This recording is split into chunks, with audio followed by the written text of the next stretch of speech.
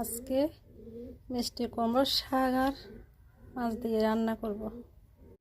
কড়াইতে তেল বসিয়েছি, মাছগুলো ভালোভাবে ভেজে নেব।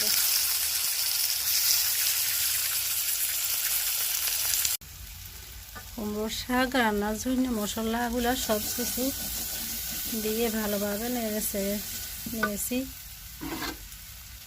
এখন একটু পানি দিয়ে দেব।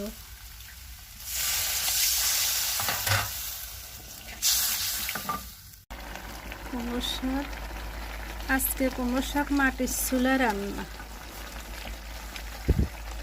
কুমড়ো শাক দিয়ে আলু দিয়ে রান্না।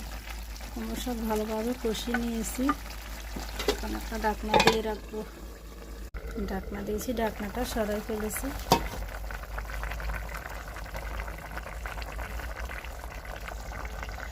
কুমড়ো শাক প্রায় রান্না শেষ। কুমড়ো শাক রান্না শেষ। দেখেন কত সুন্দর কালার হয়েছে।